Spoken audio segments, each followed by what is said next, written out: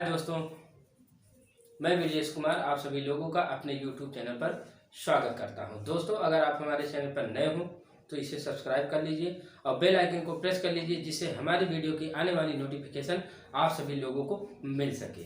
दोस्तों, तैयारी ठीक ठाक चल रही है? आशा करते हैं ठीक ही चल रही होगी। हम लोग साइंस के सब्जेक्ट को लेकर के चल रहे हैं और इसके पहले हमने विटामिन से संबंधित कुछ महत्वपूर्ण बात की थी। आज हम लोग विटामिन तो हो गया, अब प्रोटीन से संबंधित कुछ बातें करेंगे।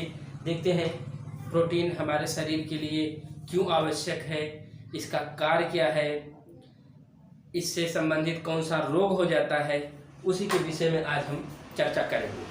तो चलिए शुरू करते हैं और देखते हैं प्रोटीन। दोस्तों, सबसे पहला प्रश्न यही बनता है कि प्रोटीन शब्द का सर्वप्रथम प्रयोग किसने किया? प्रोटीन शब्द का सर्वप्रथम प्रयोग किसने किया? तो दोस्तों, वो है वर्जीलियस महोदय। वर्जीलियस महोदय ने सबसे पहले प्रोटीन शब्द का प्रयोग किया। और यह दोस्तों प्रोटीन कार्बन, हाइड्रोजन, ऑक्सीजन तथा नाइट्रोजन से बना एक जटिल कार्बनिक यौगिक है। मोस्ट इंपॉर्टेंट है दोस्तों यह लाइन कि कार्बन, हाइड्रोजन, ऑक्सीजन तथा नाइट्रोजन से बना एक जटिल कार्बनिक यौगिक है। ओके, आगे देखते हैं। यह 20 प्रकार के अमीनो अम्ल से बना होता है। 20 प्रकार के अमीनो अम्ल से बना होता है। दोस्तों, सबसे महत्वपूर्ण बात यह है कि यह 20 प्रकार के जो अमीनो अम्ल है, इसका हाफ यानी 10 प्रकार के जो अमीनो अम्ल होते हैं वो हमारे शरीर द्वारा संश्लेषित होते हैं। और अगला जो 10 बचता है दोस्तों, वह उसकी पूर्ति दोस्तों खाद्य पदार्थों के माध्यम से हो जाती है। ठीक, यानी 10 शरीर द्वारा स्वतः पूरी कर लेती है और 10 खाद्य पदार्थों के माध्यम से पूरा होता है। और दोस्तों, शरीर का 15% भाग, मोस्ट इंपॉर्टेंट है, शरीर का 15% भाग प्रोटीन से मिलकर बना होता है। यानी 15% भाग, 85% भाग दूसरे तत्वों से बना है और 15% प्रोटीन से बना है। आगे देखते हैं। यह शरीर की वृद्धि तथा ऊतकों की टूट फूट की मरम्मत करता है। मोस्ट इंपॉर्टेंट है, ये शरीर की वृद्धि तथा ऊतकों की टूट फूट की मरम्मत करता है। मान लीजिए दोस्तों, अगर आपको कहीं से चोट लग जाता है और चोट लगने के बाद मान लीजिए कि वहां के मांस का टुकड़ा निकल जाता है, मांस थोड़ा सा निकल जाता है, लेकिन धीरे धीरे समय के साथ वह स्थान भर जाता है। वो यही है, प्रोटीन के ही वजह से वो स्थान भर जा रहा है। ओके, आगे देखते हैं। हार्मोन्स, एंजाइम, एंटीजन, ये सभी एक प्रोटीन है। विशेष प्रकार की यह प्रोटीन होती है दोस्तों। यानी हार्मोन्स भी एक प्रोटीन है, एंजाइम भी, एंटीजन भी, ये सभी प्रोटीन होती हैं। आगे देखते हैं दोस्तों। कार्यशील महिला के लिए, यह बहुत इंपॉर्टेंट लाइन है दोस्तों। कार्यशील महिला के लिए प्रोटीन की जो मात्रा होती है पर डे, वह 45 ग्राम होती है दोस्तों। कोई भी महिला है अगर वो काम काज कर रही है तो उसके लिए 45 ग्राम प्रतिदिन जरूरी है। और अगर दोस्तों दूध पिलाने वाली कोई महिला है तो उसको प्रोटीन चाहिए 65 से 70 ग्राम प्रतिदिन, तब वो पूर्ति कर पाएगी। ओके, और देखते हैं दोस्तों इसका मुख्य स्रोत, यानी प्रोटीन का मुख्य स्रोत कहां से है। तो दोस्तों, सोयाबीन द्वारा इसकी पूर्ति हो जाती है। सोयाबीन में दोस्तों प्रोटीन लगभग 46% मिलता है। प्रोटीन सोयाबीन से मिल जाती है, मूंगफली से मिल जाती है, पनीर से, मछली व दाल से। ये दोस्तों प्रश्न बना है कि सर्वाधिक प्रोटीन या प्रोटीन दालों में क्या पाया जाता है? तो दोस्तों दालों में प्रोटीन पाया जाता है। ये प्रश्न बन चुका है। ओके, आगे देखते हैं। प्रोटीन की कमी से होने वाले रोग। प्रोटीन की कमी से दोस्तों 2 टाइप के रोग भी हो जाते हैं। एक होता है क्वाशरकोर, दूसरा होता है मेरेस्मस। ये सभी बच्चों में होता है दोस्तों। तो क्वाशरकोर जो मर्ज है, इसकी जो पहचान है छोटे नवजात बच्चों में होता है दोस्तों।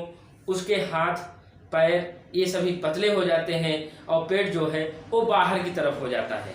तो डॉक्टर लोग समझ लेते हैं कि इसको क्वाशरकोर हो गया है, यानी इसके शरीर में प्रोटीन की कमी हो गई है।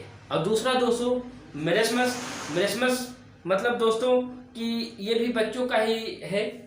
इसमें जो है मांसपेशियां ढीली हो जाती हैं, मांसपेशी आपकी टाइट नहीं रहेगी, वो ढीली हो जाएंगी। तो डॉक्टर लोग समझ लेंगे कि इसको मेरेस्मस नामक रोग हो गया है, जो प्रोटीन की कमी से होता है। ओके, आगे देखते हैं प्रोटीन के प्रकार। प्रोटीन कितने प्रकार के होते हैं? तो दोस्तों प्रोटीन बेसिकली 3 प्रकार के होते हैं। पहला है सरल प्रोटीन, दूसरा है संयुक्त प्रोटीन, तीसरा है व्युत्पन्न प्रोटीन। और दोस्तों सरल प्रोटीन किसे कहते हैं? जो केवल अमीनो अम्ल से बने होते हैं। वो प्रोटीन जो केवल अमीनो अम्ल से बने होते हैं उन्हें सरल प्रोटीन कहा जाता है। इसका उदाहरण दोस्तों एल्ब्यूमिन्स व हिस्टोन, एल्ब्यूमिन्स व हिस्टोन नामक प्रोटीन है इसके उदाहरण। दूसरा देखते हैं संयुग्मी प्रोटीन। दोस्तों यह अणुओं के साथ समूह में जुड़े होते हैं, उन्हें संयुग्मी प्रोटीन कहा जाता है। इसका दोस्तों उदाहरण क्रोमोप्रोटीन और ग्लाइकोप्रोटीन।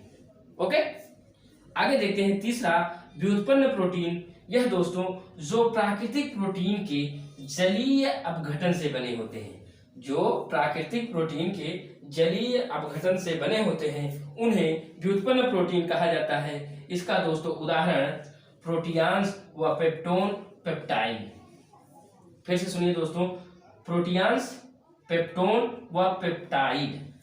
ओके, ये इसके उदाहरण है व्युत्पन्न प्रोटीन के।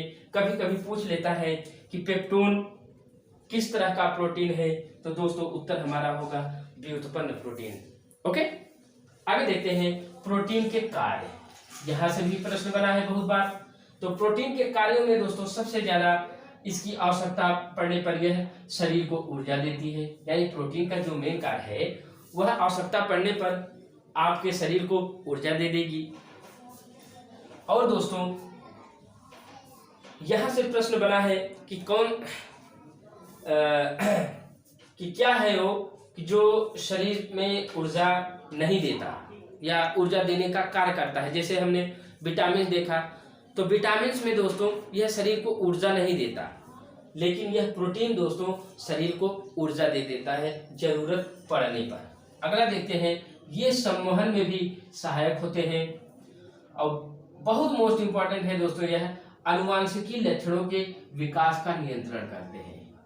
आनुवांशिकी लक्षणों के विकास का नियंत्रण करते हैं, यानी दोस्तों एक पीढ़ी से दूसरी पीढ़ी में जो गुण होते हैं उनको भेजने का भी कार्य करता है, यानी नियंत्रित करने का कार्य प्रोटीन करता है। ओके, आगे देखते हैं, ये जैव उत्प्रेरक एवं जैविक नियंत्रण के रूप में भी कार्य करते हैं प्रोटीन। ओके, आगे देखते हैं, ये कोशिकाओं, जीव द्रव्य एवं ऊतकों के निर्माण में भाग लेते हैं। कौन दोस्तों? प्रोटीन। ये इनके 5 तरह के कार्य हैं दोस्तों, जो शरीर में बहुत ही इनका महत्वपूर्ण स्थान होता है दोस्तों। ओके, आगे देखते हैं, कुछ प्रमुख प्रोटीन है दोस्तों। यहाँ से प्रश्न बहुत बार बन चुका है। जैसे प्रश्न बना है कि रेशम के धागे में कौन सी प्रोटीन पाई जाती है, तो दोस्तों फाइब्रिन नामक प्रोटीन पाई जाती है। यह भी प्रश्न बना है, मकड़ी के जाले में कौन सी प्रोटीन पाई जाती है, तो दोस्तों फाइब्रिन नामक प्रोटीन पाई जाती है।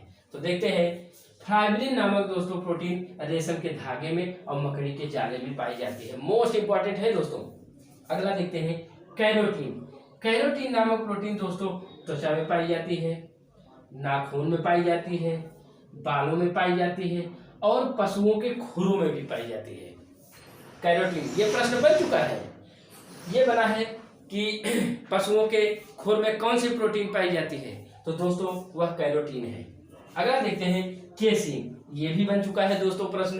केसीन नामक प्रोटीन किस में पाया जाता है, तो वह दोस्तों दूध में पाया जाता है, यानी दूध में पाया जाने वाला जो प्रोटीन है दोस्तों वह केसीन नामक प्रोटीन है। ओके, आगे देखते हैं, थ्रामिन। थ्रामिन नामक प्रोटीन दोस्तों यह रक्त का थक्का बनाने में मदद करता है। ओके, आगे देखते हैं, दाल में कौन सा प्रोटीन पाया जाता है दोस्तों? तो वह है प्रोलेमिन्स। प्रोलेमिन्स नामक प्रोटीन दाल में पाया जाता है। ये भी प्रश्न बन चुका है। आगे देखते हैं ग्लोस्यूलिन। ग्लोस्यूलिन यह दोस्तों अंडे के सफेदी में पाया जाता है, यानी अंडा का जो सफेद वाला भाग होता है उसमें यह प्रोटीन पाया जाता है, ग्लोस्यूलिन नामक। ओके, अगला देखते हैं ग्लूटेलिन्स। ग्लूटेलिन्स यह दोस्तों अनाज में पाया जाता है। अनाज बोले तो जैसे बाजरा हुआ, गेहूं हुआ, मक्का हुआ, चावल हुआ, इन सभी में यह प्रोटीन पाई जाती है, ग्लूटेलिन्स। ओके, आगे देखते हैं मायोसिन व एक्टिन। यह प्रोटीन दोस्तों पेशी संकुचन के लिए उत्तरदायी होता है, यानी यहाँ से ऐसे प्रश्न बना है दोस्तों, पेशी संकुचन के लिए कौन सा प्रोटीन उत्तरदायी है? तो दोस्तों वह मायोसिन या एक्टिन नामक प्रोटीन उत्तरदायी होता है। ओके, बहुत छोटा था टॉपिक था दोस्तों, लेकिन यहाँ से बहुत बार प्रश्न बना है दोस्तों। लगभग सभी परीक्षाओं में यहाँ से प्रश्न बना है, इसलिए हमने इस टॉपिक को चुना है। और परीक्षा बहुत एकदम आ ही गया है, अब समय खत्म हो चुका है पूरी तरह से, समय बिल्कुल भी नहीं बचा है। तो हम लोग क्विक रिवीजन करते हुए एक एक टॉपिक को, जैसे हमने विटामिन देखा, प्रोटीन देखा, कार्बोहाइड्रेट्स देख लेंगे, वसा देख लेंगे, खनिज लवण देख लेंगे। ऐसे करके हम लोग बायोलॉजी को बहुत जल्द ही समाप्त कर देंगे। ओके, और दोस्तों अगर ये हमारा वीडियो आप सभी लोगों को पसंद आया हो तो लाइक और शेयर जरूर करिएगा दोस्तों, और कमेंट के माध्यम से हमको मोटिवेट भी करिए कि हाँ कहाँ हमारी गड़बड़ी हो रही है, कहाँ हमने कौन सा पार्ट को हमने गलत बताया या कहाँ छोड़ दिया है, उसको भी आप लोग कमेंट के माध्यम से बताएंगे। ओके, चलिए दोस्तों, बाय बाय।